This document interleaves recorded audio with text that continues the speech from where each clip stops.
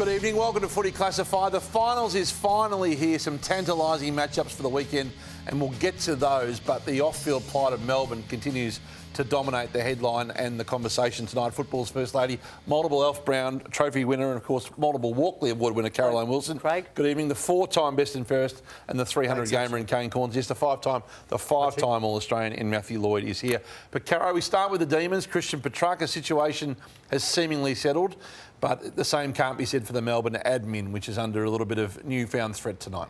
No, and I think it's an uneasy truce, by the way, with Christian Petrarca in Melbourne. But let's start with the Melbourne board, Craig. So Stephen Smith's name has emerged in the last 24 hours as a potential board candidate and potential president, former MCC president, of course, Melbourne fullback, etc.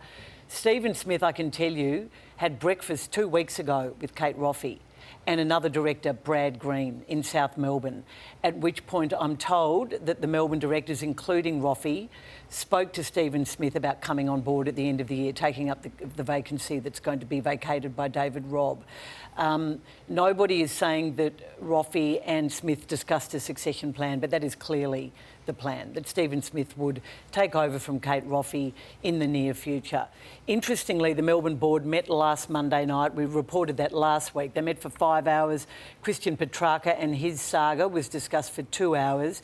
And Gary Pert, as end-of-year thing, and because of all the drama that's happened, is conducting an internal review of the club. Well, I can tell you tonight that the board is not ruling out commissioning an external review of the entire club, including the executive, including the football department headed by Alan Richardson and Simon Goodwin, and of course the CEO in Gary Pert. So they're two developments that we've now... So you think senior leaders are now under threat for their roles? I think everyone's under threat now. I think Kate Roffey is clearly the collateral damage from the Christian Petrarca saga because of the interview she did last week. Let's have a look first, or have a listen first to a couple of excerpts from that interview with Gerard Whateley. I'm heartbroken for our supporters because they don't get to see what I get, which is the day-to-day operations in at the club and what the people are like. I get to speak to the parents and say, are you happy? Because if the parents are happy, their kids are happy. If their kids are happy, they're here playing good footy at our club. I haven't spoken directly to Track's family for a while. I haven't seen them for a while. Track hasn't been playing. They're usually at games when we see them. So the inconsistencies were there for all to see, and probably a bit of lack of empathy. You think that interview will be the Joe Biden moment. Catalyst for change? To quote another journal. I think it will. I think internally the club are wrapping their arms around Kate Roffey. They feel for her. They know she's stuffed up. They weren't expecting it. There'd been a lot of practice for this interview. Didn't go the way it was planned. Even Max Gawn, I think, has, placated Kate Roffey. But I think she knows too that it's gone down really badly. Everyone was talking about it last Thursday at the All-Australian function. It was the only topic of other presidents. But, we go back to the start of 2022, in fact, the AFL season launch, when Kate Roffey accepted the premiership flag and had a few things to say. We are very much a club that is bound together by a desire to be as good as we can on and off the field. I'm constantly asked by the media, do we coach our players on what they should say at the end of a game? No, we don't. That is the culture of the Melbourne Football Club. It is all about selflessness, it is about team first, is about club first. We are an extraordinary club. So there was hubris in that speech. There was hubris at the start of this year in Jeff Brown's speech. But, on that particular night, a lot of clubs were pretty unimpressed with Kate's speech, and she didn't strike the right note. Very quickly, do you think it's time for her to stand down as chair? I think she has decided that it's a tough job. She's done it for 3 years. She's a premiership president, and she was, bizarrely, was already thinking about doing so before that interview last week, given that we've found out that she had a meeting with Stephen Smith 2 weeks ago. And then there's the brand Petrarca piece and all of this, which has emerged. Before we get to that, this was Christian back in 2022 when he almost forecast the frustration with the size of crowds at Melbourne games. It's two losses. We need a crowd first to actually get ourselves going. No one comes. When you come out there and you only see really 30,000 there, it's pretty... Are they still doing... I find our age demographic for our fans is still quite older. Just on all of this, something that triggered what you just said, Caro, I don't see how those internally can run a review of the football club when they've been the ones that should be reviewed. So I think that the only way to go at Melbourne is that it is an external review. I don't know why it's taken this long that they haven't got to this situation. So there's no way that anyone within that club, for what it's got to, with all the problems, cultural problems. It's very odd that it's internal. Yeah. They cannot be running the review. Well, Gary Pert, the last time he did one, in fairness, they won a premiership the following year. So that's why they commissioned him initially. But too many inconsistencies, too many problems have emerged. So I agree with you. I think it probably does have to be external this time. You can't get rid of everyone, though, Matthew, can you? No, you can't. But there will be a scapegoat honesty, or two. if you want total honesty, I think it's nothing like speaking to those outside it. And the probability is he may have just bought 12 months here, right? Like, they're clearly now his management have distanced themselves from him a little bit on the way that he's handled it. But clearly he hadn't. Do you think he needs new management? Because if his management couldn't have been advising him to act the way that he has, and clearly the classic thing is if you are going to request a trade, you better work out whether there's a club that can make this deal happen. That was never going to happen, Hutchie. So if he's not listening to his management, the group is paying them a lot of money to look after them, what's the point of him having them? Paul Collins is very experienced, but Robbie less so. He's not listening if he is being advised. He's done himself a lot of damage, but the club he's done even more damage to the football club. And this is, as I said, an uneasy truth. There is no doubt in my mind that the Petrarca camp is still very angry at the Melbourne Football Club and angry at the way he's been perceived in all of this. Should they be as angry as they've been, though? I think I said that he's got to forgive. He's got to forgive the club if he's going to stay. He's got to move on from it. They clearly made some really bad mistakes on King's birthday. I don't buy the small crowds and all that stuff. I don't think that damages his brand at all. But I do think, obviously, But you've got to forgive Matthew to have success. You know what I don't want to hear, Caro? I don't want to hear Simon Goodwin speak about culture at the best and fairest. I don't want to hear Gary Pert go on radio and speak about culture. I don't want to hear Kate Roffey speak about... Never mention the word culture. Give it at least 12 months before you're mentioning that word again. What a joke it's been. This might be small in isolation, but this caught me by surprise at the time, and I meant to mention this last week. So Neil Bullen's a great favourite son, and he's a premiership player, so no problem with thanking him at the best and fairest or whatever. But in the last game, when he's playing, and yet to actually go through a trade process, so he's requested a trade. They're going to go into a negotiation period where they need all the leverage they can get, and they put up on the banner, well, you're off. Well done. I thought that was just symbolic a little bit of where they are. And look, they're not aligned internally. That may just have been a cheer squad decision, Hutchie, but if that was a club decision, you're right. He signs a long-term deal. The great clubs don't let the cheer squads do it. No, he signed a long-term deal. He was happy at Melbourne 12 months ago, and family circumstances changed. But this is my point. Everyone's too nice. Everyone wants to look after the player managers, don't want to offend them. Everyone wants to look after their players, don't want to hurt any feelings. Bring back the ruthless clubs like they used to be. There's not many left. Well, Steve Smith doesn't like confrontation. He'll only come on board if there's a spot for him, but he's not going to come on board unless he's going to be president, and I'm sure he'll make changes. Moving to the finals for a moment, for me, there's no one with more at stake one way or another than Ken Hinkley in this final series. These next 30 days, if they don't define... Well, they may define him. Like, he's got this reputation of getting clubs into good positions in finals. Amazing effort to finish top four with this team after being booed. He's rebuilt a football club, Craig. He's done more than get them into finals. And his reputation can be franked forever with a grand final or a premiership, and it can also be a big asterisk if they go out in straight sets. I think it's all on the line here for Ken in the next month. Yeah, I mean, he's the figure under the most pressure in this final series, no doubt about it. I think it's us against them. That's the way I'd be going into this final series.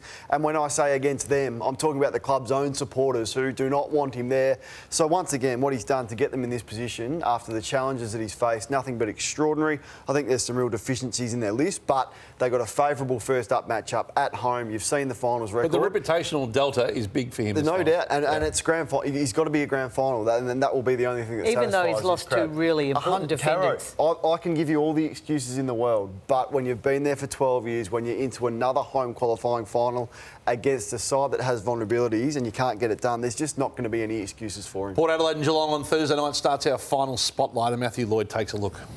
Yeah, we want to start with Geelong's captain, Hutchie, and the importance that he has on this team. And is it an over-reliance on Patrick Dangerfield at his age? So the damning numbers are those green ones. So when he doesn't play, they're ranked 14th for clearance scores, and when he centre bounce scores 15th and points against 50th. So Willem Drew, Kano, do you think he's the man that goes to Patrick I think Dangerfield? he does. Did a great job on Sarong. Has been in really good form. So he's the go-to shut-down midfielder. And you're right, so reliant on Patrick Dangerfield. So that's the area of weakness for Geelong. And you want to speak about their small forwards, which is their advantage, Lordo. Yeah, so no Kane Farrell, no Dan Houston. And the small forwards of Geelong are a wonderful quartet. So there's 4 of them. So there's Myers, there's Close, there's Stengel.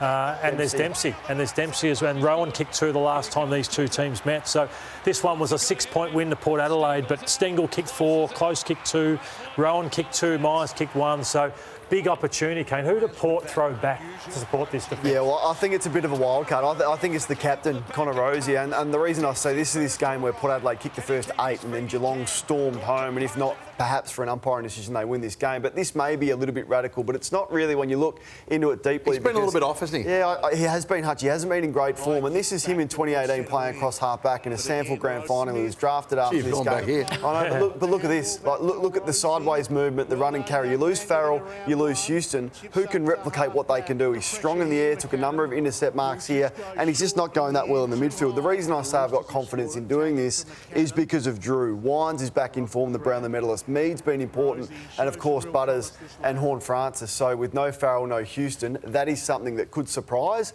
and could be a favourable move. And they invented Port Adelaide, the Tom Stewart tag. They were the architect of it, not once but twice. They set the tone for the rest of the competition. Geelong have answered by playing him as a defensive mid, and no one seemingly, or very few, have been able to tag him in that role since. Do you think Port double down and tag? And do they have to give away a midfielder to do it? I'm certain of it. So there's his numbers, Tom Stewart, against the rest versus against Port Adelaide in the last 2 seasons. You can see everything has dropped off. The one I want to focus on is intercept marks. They are paranoid about him intercepting. So how do they do it? So they do it with McEntee. So this is the vision of McEntee and Stewart. This is the couple of times Port Adelaide have done it. Now, it's different now that he starts on ball. I get that. But McEntee starts as a half forward. He takes Tom Stewart after the centre bounce. Horne-Francis or Butters then spits forward and replaces McEntee as that high half forward. Now, I think it's a big final series for Tom Stewart. I think he's vulnerable mentally. And when teams have gone after him this year, he hasn't been able to cope with it. So this is another challenge for him on the biggest stage where teams aren't going to allow him to do what he's done to be the champion of the game that he is. But he's fragile. Port Adelaide know it. And I think it's a big final series for him, Caro. Interesting what you said about him being fragile mentally, Matthew. On the big forwards, so Charlie Dixon looks like he's coming straight back in. What about Marshall? Are you surprised they're probably not going to play him? I don't know how much footy he's missed, Marshall, but I'd play Marshall over Dixon. Dixon worries me. I just think if Charlie Dixon's playing, I'm not sure they can go all the way Port Adelaide because he's been a real worry at ground level. And De Koning looks like we'll play for the Cats. Friday night, Caro, we cast our attention. It's box office, the Bulldogs and Hawthorn. It's a big stage Friday night.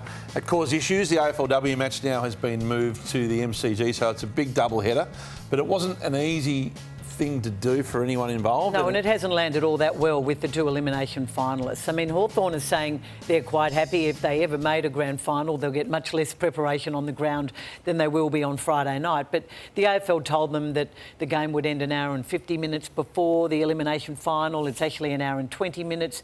The view at both Hawthorn and the Bulldogs is that the AFL mucked up this fixture absolutely from the beginning, and obviously it's just disappointing. The Bulldogs women's team, I think it's a fantastic outcome. The Bulldogs women's team are going through a low point. They're rebuilding. They got absolutely thrashed on the weekend, and there are people who are going to go to the MCG, and this might be their first experience of AFLW. I'm just disappointed it's not a stronger fixture, and I don't know why they did this when they knew the Bulldogs wanted to play the game at their new, fixed up venue. Speaking of the Bulldogs, they're in great shape and there's a lot of publicity and hype around what they can do and can they do what they did in 2016 and come from outside the top 4. But my one concern is sort of every 4 or 5 weeks this year they've just put in an unexplained shocker.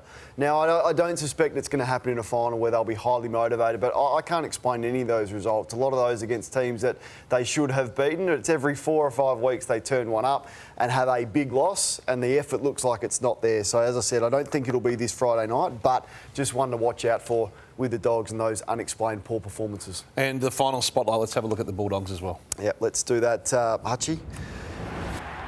because the big forwards have struggled to dominate in finals. They got three of them. They got a couple of really good ones. I'm not sure Norton is in that category, but certainly Ugle-Hagan and Darcy are. Bit of rain around on Friday night. There's Aaron Norton, who my focus is on. I'd love for him to play a good game. I don't know. I don't know if I'm hard on him or not. Don't you think he's just sharing the ball more than he was? No, That's why his numbers are down? I don't think you're a sharer if you're If you're 1 of 3 rather than 1 of 1. Yeah, you're the man though. 8 years, $1 million. How about you dominate a game of football? So I think his reputation in this final series is a bit like Curno's. I think he needs a big one. He's had 29 coaches' votes in 2 seasons. 2 seasons, Aaron Norton.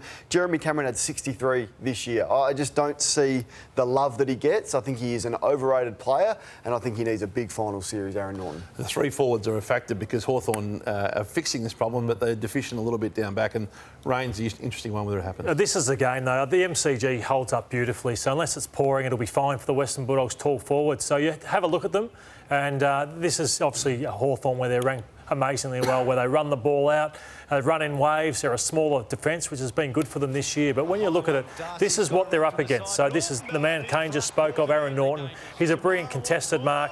Ugle-Hagan's added that to his game this year, and you've got Darcy, who's at the MCG. So it's more their marble ground. These are these forwards we just touched on before. So these are the hauls in finals since 2014. Not many of them, and a lot of those are from your medium or your smaller forwards, Stevie Johnson and Bailey Fritsch.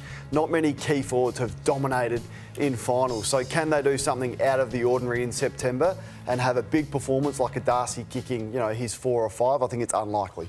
And what they have done, the Hawks, is become a destination club very, very quickly. The move to get Jared Ruffhead into focus just on free agency and trade's been a winner. Sam Mitchell's driven this. His wife Lyndall's been very hands-on too. This has been a whole family attempt and 2 big scalps, the 2 biggest you can imagine. Barras and Battle to solve their defensive issues. So if I'm another club, so this is great. And look, they start premiership favourites from me regardless of what happens in the final series for those reasons and the development of the youngsters. For next year, you mean? For next year, yeah. Yep. But if I'm another club, I'm going, well, there's a few players at Hawthorn that I think are vulnerable. I mean, how's Mitch Lewis feeling about playing in this side with the success they've had without him? How is Sam Frost, if you're Collingwood who need a key defender, can you pick off one of those? Chankwath Jath is another player who probably I wouldn't select in the final, but could be very desirable to another club. Now, people are going to say, well, these players have just signed recently or recommitted long term. I get that. But if I'm another club, I'm trying to scalp a couple of vulnerable Hawthorn players. And the resource and time and volunteer time when it comes to the Mitchell couple that are put into recruiting. Can you tell me a bit more about that? I just think it's been a unbelievably considered move. So Jared Ruffhead's led it with the Mitchells, and they've been just precise what they want, and they've put an inordinate amount of work in. And explain what Lyndall Mitchell's done. I think she has supported Sam in explaining player interviews, explaining the future that looks like at Hawthorn, and I think that's incredibly gracious and selfless to be involved in the recruiting. And they've painted a fantastic picture of what Hawthorn can be as a family club. And well, isn't that ironic? Isn't that ironic, giving some former Hawthorn players who used to bag Sam Mitchell for being so family-oriented when he was a player? I think it's amazing what they've done. I think there's a great irony in that, and I think the Mitchells should be very happy with themselves, and others should hang their heads in shame. And I wonder whether this will become a trend. I wonder why there's not more clubs that have full-time recruiters who are just focused on other clubs as opposed to... And he was let go by the Saints, and he's taken one of their key players to Hawthorn. Well, it's 2-0 big wins in 2 deficiencies. You can't fault it. Just maybe off-field he's having as much impact as he did towards the end on-field. Still to come on Footy Classified. To play or not to play? How many changes is too many for the Blues? Gee, they've got some decisions to make. Lordo and Kane take us inside that. From flag pies to missing finals. More fallout for Collingwood in the failed premiership defence. And up and at 'em, why the outgoing CEO thinks the Tigers coach will be a different version next year. What is he working on? We'll find out after this on Footy Class.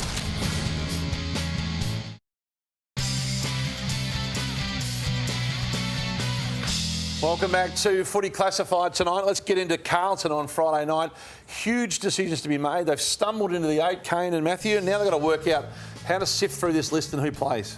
Yeah, absolutely, Hutchie. And I think that it's all about balance. So you just can't look at the names and go, just get them all in. What would you do? Curnow and Mackay picked themselves. I don't think De Koning's fit enough. That's what you hear. McGovern comes in.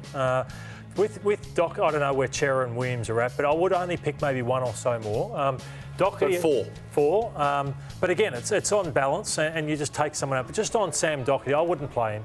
I just think it'd be one of the, I won't say sillier decisions, but one of the more bizarre decisions. When a guy hasn't played for 25 weeks and you think off not one game you can walk into the Gabba and play a game of AFL football in a final, I just think that would be the wrong And call. there's 6 months to get him fully fit. Yeah. So I don't know what your view on that, Kane, is. Yeah, no, I wouldn't play Doherty, but I'd roll the dice on a few of the others. This is the form that they've been in, the Blues, and really they've only beaten West Coast and North Melbourne, two of the worst sides in it. So I just think they're almost making up the numbers in this game. There is no pressure on the Blues in this game. So I just think they've got to get as much talent back into this lineup and try and do something special. We've got to bring that effort and pressure you've brought in the last 2 weeks, but that's only going to get you so far at the Gabba against a really good Brisbane side. So I'd be rolling the dice on probably all of them other than Doherty and Martin. Caro, the second most at stake in this final series for me behind Ken Hinkley is Chris Fagan, albeit from a 5 seed. You wrote a strong column on Saturday defending him, as you've done a long time. You gave me a drive-by here too, which was extraordinary. It wasn't a drive-by, it was just a fact, Craig. You've said, I've continually targeted Fagan as lacking the matchday coaching skills to win a premiership, which is complete rot. Well, you've done it several times on this show. No, I've answered your question probably 6 times when you go on about it. What I said was, once, that he's a brilliant... I cannot believe you're arguing that he's a brilliant man manager yes, you who have. needs strategic help. And I've said that's not his strength. and I've mentioned that David King has constantly said that. And I said, in fairness, King is not alone, and you're another one. Yep. You are. Own it, Craig. I can keep answering it the same way, but you can keep running over it again. Can we talk about their goal kicking, or am I too early to talk about that? Go for it. You're all in on them as. No, I'm not all in on them. I just think, like Ken Hinkley, Chris Fagan cops it unfairly. You think 5th's an acceptable finish for them with that list? Oh, I think the way they started the season, it's pretty acceptable. I mean, look, they lost 2 games towards the end of the season. Otherwise, they'd be top 4. Really disappointing. They blew top 4. Yeah, they blew it. Had they kicked straight, they would have been in the top 2 of the ladder at the end of the year. And after an impassioned speech about Joe Danaher before the last game against Essendon in round 24, we have a look at Chris Fagan and Joe Danaher at the end of the game, having a nice chat. They've beaten Essendon, but it wasn't entirely convincing. And then he just gets pretty animated, the coach. In fact, he gets very animated, and it's all about the goal kicking. What on earth is going on? Why can't we kick straight? And I think that they've ignored it. It's been the elephant in the room, Matthew. They've talked about it. What do they do now going into this game? Well, can I ask you, are they just too selfish with the way they kick for goal? Like, in basketball, I know, I hate to say it, you're always trying to put the scorer in a better position. They've got some type A personalities who like to have pings at goal. Yeah, we're discussing now high risk, high reward, isn't it? Production meeting. What do you think? Yeah, look at these numbers. So shots from corridor are 13th. So that's not team first.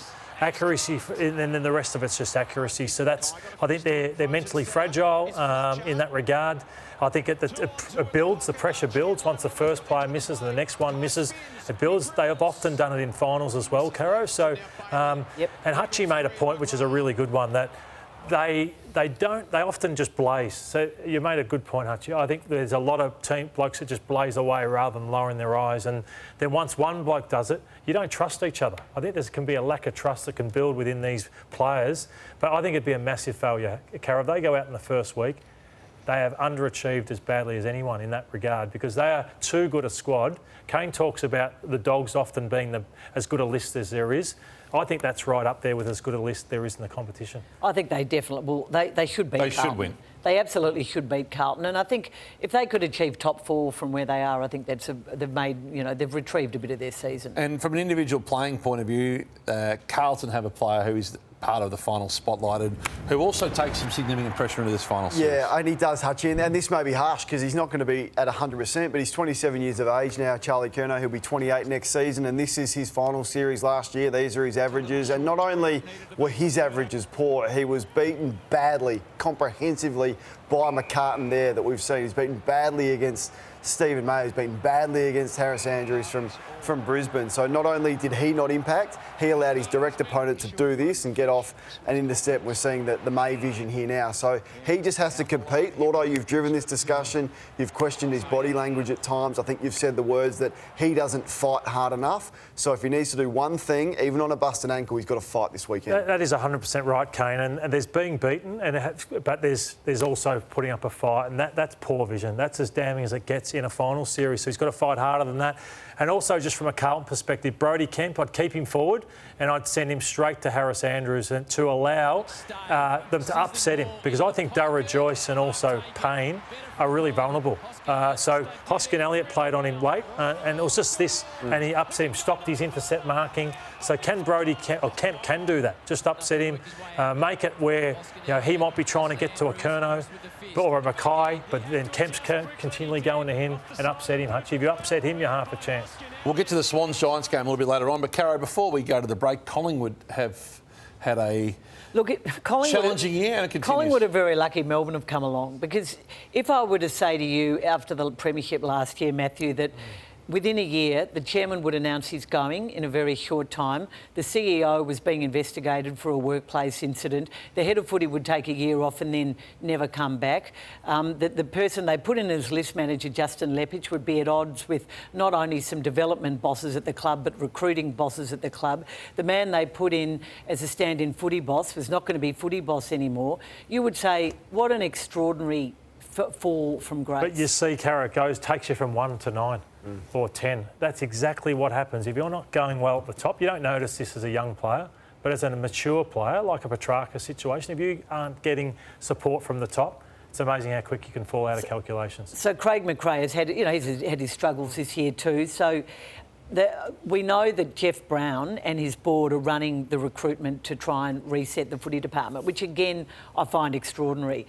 And we can report tonight that the Port Adelaide football boss Chris Davies has been approached by the Collingwood board to take over as head of footy. He's been approached by a lot of people and clubs in the AFL. Is he going to say no again? It's been told to me by Collingwood that they've approached Chris Davies, and all I know is that I don't think any conversation is going to take place until after Port's campaign is over. So if Collingwood are in a hurry, then I guess he won't go, but if they're prepared to wait, he might. So they won't talk to him till after the finals, but they were prepared to tell you they've approached him. That works well. Well, you ask a question, and then, clearly Chris Davies isn't going to go and have a meeting with Collingwood this week. He's certainly worth waiting for. If he's your man. Is he the right fit? Oh, yeah. I think he's a great football person. Yep. You know him better than me, but yeah. He's the best. Yeah. Yep. I don't know what's going to happen, but they've gone to Danny Daly as well. So they're doing a lot of work. I just find it strange that the board's doing it and not the CEO. They're in a position to pay the tax too if they need to make it happen. So, righto, lots to get through on Footy Classified. Caro's Arrow is up next, plus Gale Force, as the outgoing Tigers CEO, tells us what's ahead for Adam Uze. And the Eagle still hasn't landed as that coaching search continues out west. You're with Footy Classified.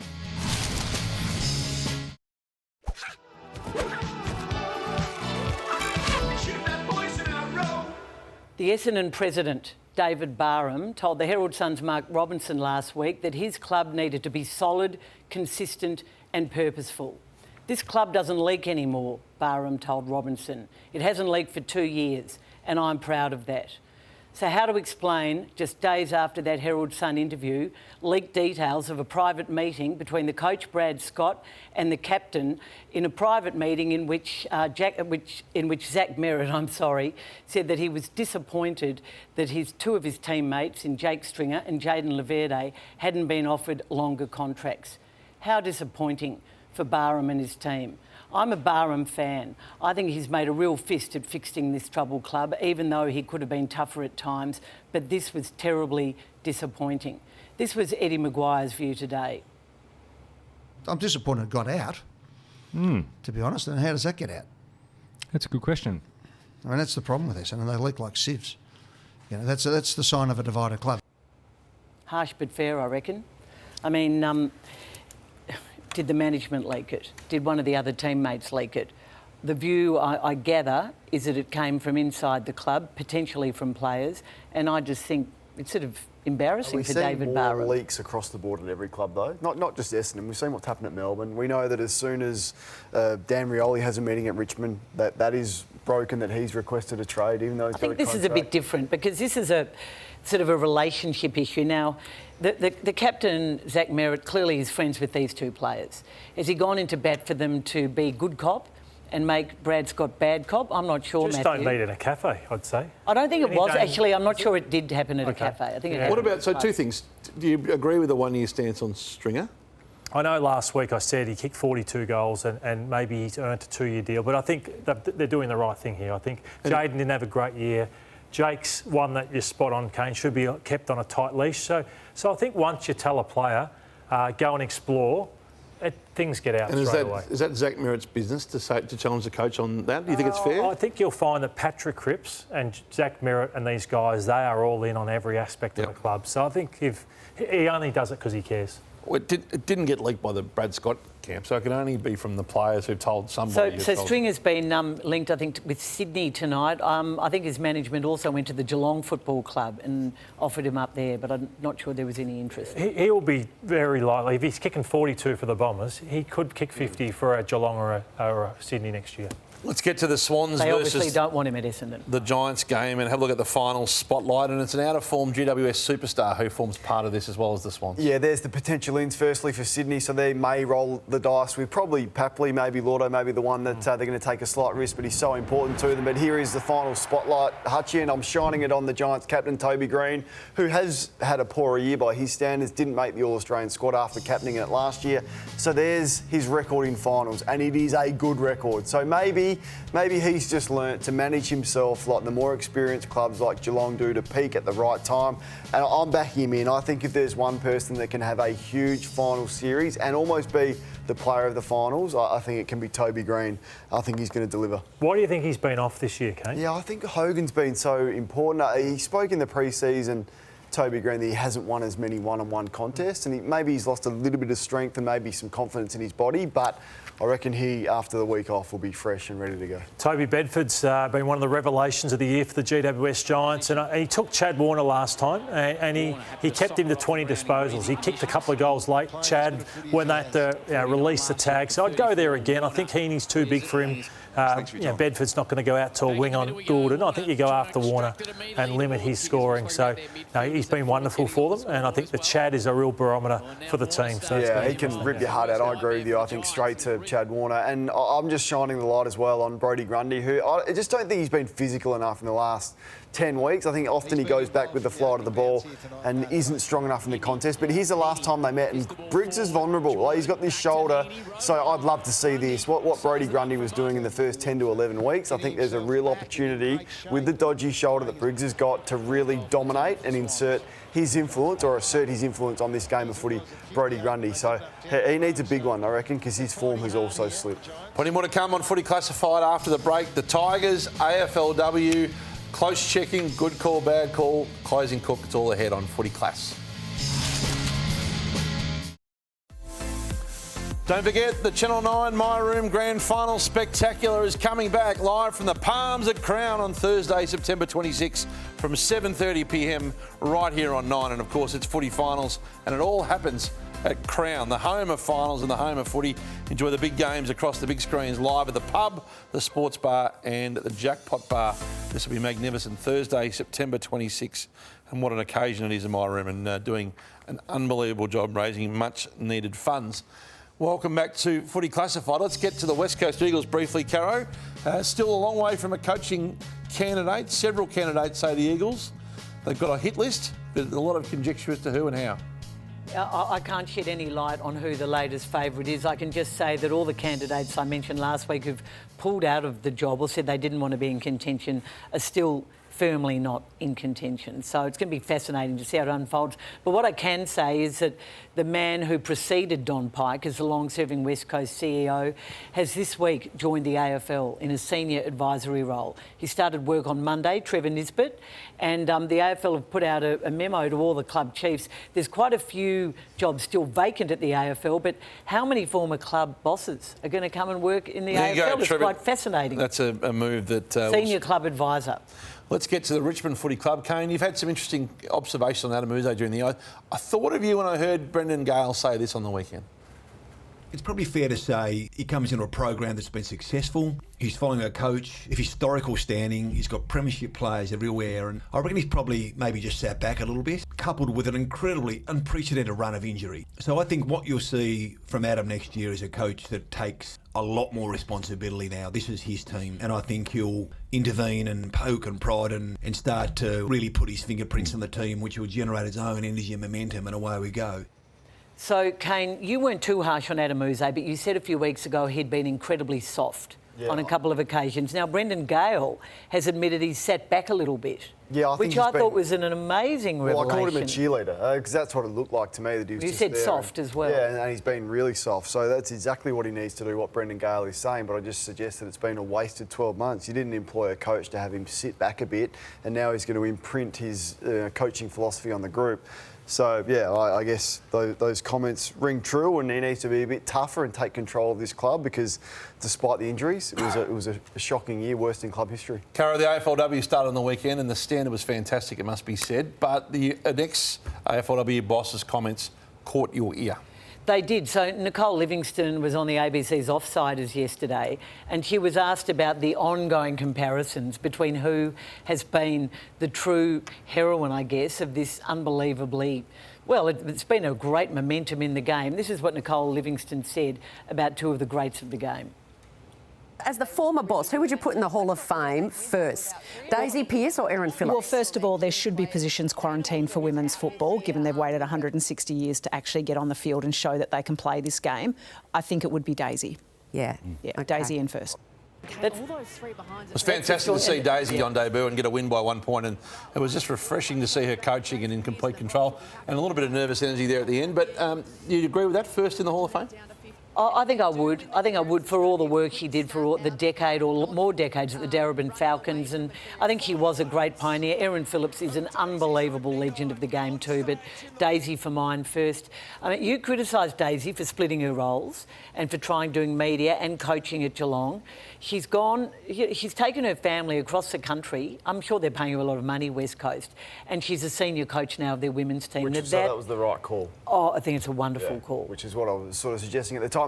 I did see... Oh, you don't mean you to take credit for it. Well, she did give up the money. Kane's saying was pick one or the other. And you were right. And you were right. And I think she's done the right thing. Jess Webster was with us on the Sunday Footy Show speaking about the score-assist system yesterday, and we showed the vision of it. And I just think the AFL need to sort this out because this is boring TV. So if footy is a television product and networks pay $1 billion for the rights, you want more than this on screen when they go to the new ball tracking score-assist system. There needs to be a graphic. Now, the AFL are saying by the end of the year they are hopeful. It's the first time it was used. They are hopeful to have a graphic. You can't be watching this for 45 seconds. You reckon this is going to keep people's attentions when attention spans are getting smaller and smaller? So something needs to take us on the journey about what they are seeing when they're making those decisions.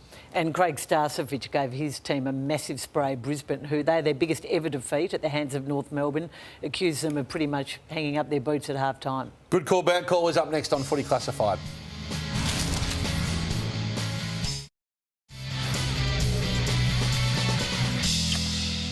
Good call, bad call time. Caro with a new ball. I've been handed the question. I didn't want to get involved in this, but I'll ask it. Caro, you've asked me to ask you. The Sunday Footy Show went too far with its takedown of our man Kane yesterday. Good call, bad call? I've thought about this. Bad call. And certainly not a surprising call. The Sunday Footy Show were always going to smash Kane after it was announced that he was leaving Channel 9 to go to Channel 7 because that is the spirit of the show. And I'm sure Kane took it in the spirit it was intended. But gee, it was harsh. Hutchie, all Australian prospects should dress for the job they want, not the job they have. Good call, bad call? No, this is a bad call. This is about as believable as you taking in the spirit it was intended yesterday call. All Australian, Kane, is about expressing yourself. Young players these days white shirt and can feel the moment. They can live as they choose. They can be a bit more themselves. So why wear a blazer? It's not the All Australian. Sammy Sow did a great job with the Blazers, but I think besides that, you can. You see McGovern's runners? Oh, bad call. Didn't look good, Hutch.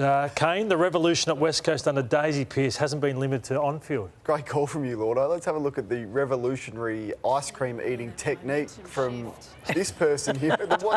I've never seen an ice cream being eaten like that, so they do things differently out there. Matthew, Hawthorn's all-of-club approach applies to every aspect of the game. Good call, bad call? Good call by you, Caro. They are absolutely flying as a club. The Hawks have had it tough initially, as all the new clubs have done it in the AFLW. They're like the men's program now. They're celebrating. They're celebrating each other's goals and spoils and everything like that. So this one, she's phoning somebody after this goal. This one, yeah, so there's a bit of awesome. Brilliant from the Hawks girls. And here they are after the game doing exactly the same. Look at that. Sensational. The AFL dodged a bullet with the pre-finals bye this year, Kane. Good call, bad call. Yeah, I reckon this is a good call from you, Hutch. I know you want a wild card round, but the weather was pretty wild. So just fortunately, here's some of the vision from the Coates League, Hutchie. How could you have played finals footy in this weather? Well, it'd be pretty bad at the MCG or wherever it was. It was pretty bad in Adelaide everywhere. You cannot play football in that. So good call to have the weekend off. Why Dodged a bullet. We abuse marble anyway, some of these games. Exactly. Caro, not everyone is entitled to their opinion when it comes to All-Australian selection. Good call, bad call? No, this is a bad call, a really unfair call. You're talking about the article in the Brisbane Press about Harris Andrews missing not once but twice All-Australian selection. What a joke. What a joke that there is no Queensland selector on the team. I can tell you who did have a big impression on the team, and that was Glenn Jakovic. Not that he got one man in, he got two men in. Very deserving, McGovern and Waterman. Well, according to a couple of senior people at the dinner the other night, he got them over the line. Oh, please, I think we're all in agreement, Caro. It's a team sure job. About that, that's a whinging disgrace that went on that website. Anyway, that's a topic for another day. Harris Andrews was There will be a new face, Lordo, to you at the next meeting of the First Kick, First Goal Club. Good call, bad call. Great call by you, Kane. I can't wait to welcome her because I'm part of that club too. So, so Eilish O'Dowd. I think this goes down as the greatest first goal in both men's and women's football. This is brilliant. Goal of the year already. Eilish O'Dowd, straight out of the middle. That is brilliant. You see again how much they enjoyed that. One of the great starts. They belted the Dogs for the rest of the day. Craig, Melbourne's late play to scoop the pool at the Australian Football Media Awards has not gone unnoticed. Good call, bad call. This is a good call. It'll be hard to beat call. Melbourne website's exclusive with Christian Petrarca was game-breaking from Melbourne Media. I'll tell you why. It was the first time he'd answered the phone from anyone for the club for a month, for starters. The CEO and the president couldn't. But the media department have delivered on the story. They've got the number, they've got through, and damn straight they can break the story. Of course you put the exclusive on it. You've got to market your own story, and I think they could win. They'll come from the... Tom Morris had a good year, but Melbourne Media... Did you read the statement? Yes. Pretty ordinary statement. It was all right. Closing Cook is all right too. It's on the other side of this on Footy Class.